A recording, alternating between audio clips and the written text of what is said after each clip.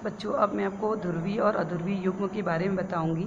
जैसे समान परमाणु H और H है, मान लीजिए ये एक साथ संयोजक बंध बनाते हैं, तो H और H परमाणु जब करेंगे तो ये बीच के इलेक्ट्रॉन जो हैं कहीं भी नहीं जाएंगे। H और H में ये इलेक्ट्रॉन क्यों नहीं जाएंगे? क्योंकि ये दोनों समान परमाणु हैं, किसी भी प्रकार का ध्रुव नहीं बनेगा, तो ये कहलाते हैं अध्रुवीय युग्म। अगर मैं HCl लूँ, HCl को देखिए आप, तो ये जो बीच के साझे के इलेक्ट्रॉन हैं, ये इलेक्ट्रॉन क्या कहलाते हैं? साझे के इलेक्ट्रॉन। ये इलेक्ट्रॉन हाईली इलेक्ट्रोनेगेटिव की ओर जाएंगे। तो Cl पे जिस पे इलेक्ट्रॉन जाते हैं माइनस, दूसरे पे आ जाएगा प्लस। इसमें दो ध्रुव आ गए तो इन्हें कहते हैं ध्रुवीय अणु। दो आगे तो ध्रुवीय अणु।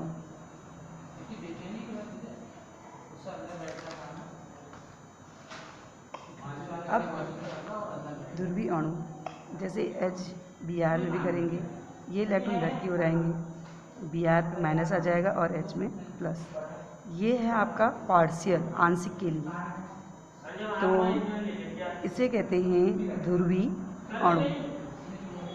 अगर हम Cl और Cl में करेंगे, इलेक्ट्रॉन कहीं नहीं जाएंगे क्योंकि दोनों परमाणु समान हैं। इसे क्या कहेंगे? अध्रुवीय। अब है ध्रुवता की मात्रा का मापन इस द्विध्रुव आघूर्ण से किया जाता है। तो देखिए, ये H है और ये Cl, इनके बीच में ये बंध है, संसंयोजक बंध। तो ये इलेक्ट्रॉन उसकी ओर जाएंगे जो अधिक विद्युत ऋणी होगा। Cl का विद्युत ऋणात्मकता जो होती है 3.5 होती है, H की होती है 2.1। तो ये इलेक्ट्रॉन को अपनी ओर ले, तो इसी से Cl में आएगा नेगेटिव और इसमें आएगा पॉजिटिव।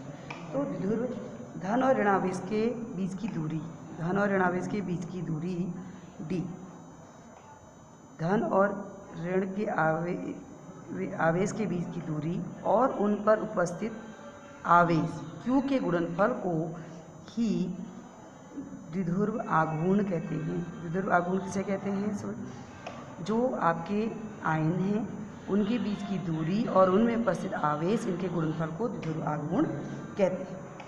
अब जैसे ये है H और Cl, तो हमने कहा ये पॉजिटिव और ये नेगेटिव, तो द्विध्रुव आघूर्ण को हमेशा ऐसे दर्शाते हैं। ये जो एरो है, इसमें ये तो पॉजिटिव सिरे को डिनोट करता है और ये नेगेटिव। इसी क्रम में द्विध्रुव आपका ध्रुवता की डिग्री मापन, जैसे द्विपरमाणु, दो परमाणु हैं HF, HCl, HBr और HI। तो आप देखेंगे कि जो F है वो अत्यधिक विद्युत ऋणी होता है, तो भी इनका डिफरेंस सबसे ज़्यादा आएगा। उसके बाद Cl होता है, इसका कम आएगा, इससे नीचे। जैसे आप जानते हैं FCl Br होता है, नीचे को जाने पर विद्युत ऋणात्मकता कम होता है। H तो सेम ही है, तो ये D मतलब डाइपोल मोमेंट, द्विध्रुव आघूर्ण। बहुपरमाणु में बात करते हैं जब हम O और H में, तो ये किस तरीके से दिखाया गया है, इसको देखिए आप। जैसे वाटर O, मैंने स्ट्रक्चर आपको बता दिए हैं, ये होता है H। तो जब इसमें ये एरो ऐसे होगा, क्यों होगा? क्योंकि ये ज़्यादा विद्युत ऋणी है और ये कम है, ये होगा।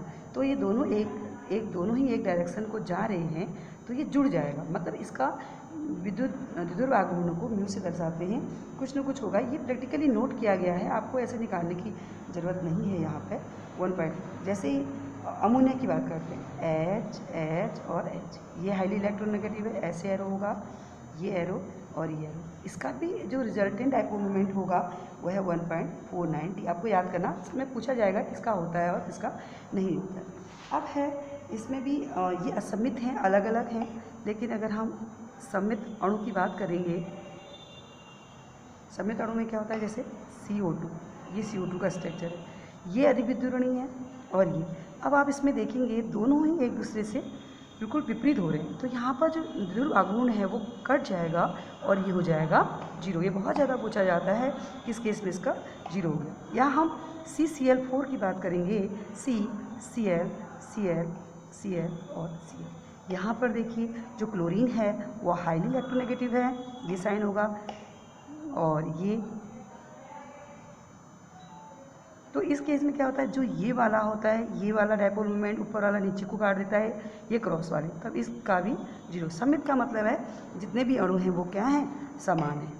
इसी क्रम में हम बताते हैं आपको BF3, B, F, F और F। तो ये एरो, तो B, ये F है, ये F, ये आपका F है। तो इस कंडीशन में ये दोनों यहाँ पर जुड़ जाएंगे और ये हो जाएगा आपका रिजल्ट है, दोनों जुड़ गए। तो ये यहाँ पर फिर पहले ये दोनों जुड़ जाएंगे, फिर ये वाला इसको काट देगा, तब भी डायपोल मोमेंट क्या हो जाएगा आपका, जीरो।